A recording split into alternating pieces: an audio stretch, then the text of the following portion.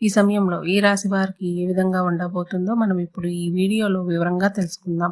ఈ సమయంలో ఈ రాశి వారికి మిశ్రమంగా ఉండబోతుంది.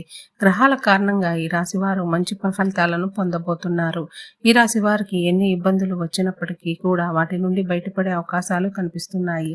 ఈ రాశి వారు చేసే ఉద్యోగంలో వాతావరణం ప్రోత్సాహకరంగా ఉండబోతోంది.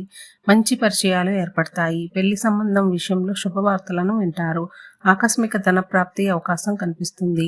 చిన్ననాటి మిత్రులతో కలిసి ఎంజాయ్ చేస్తారు. వ్యాపారపరంగా 1-2 సమస్యలు అధిగమిస్తారు. ముఖ్యమైన వ్యవహారాలని పట్టుదలగా పూర్తి చేస్తారు.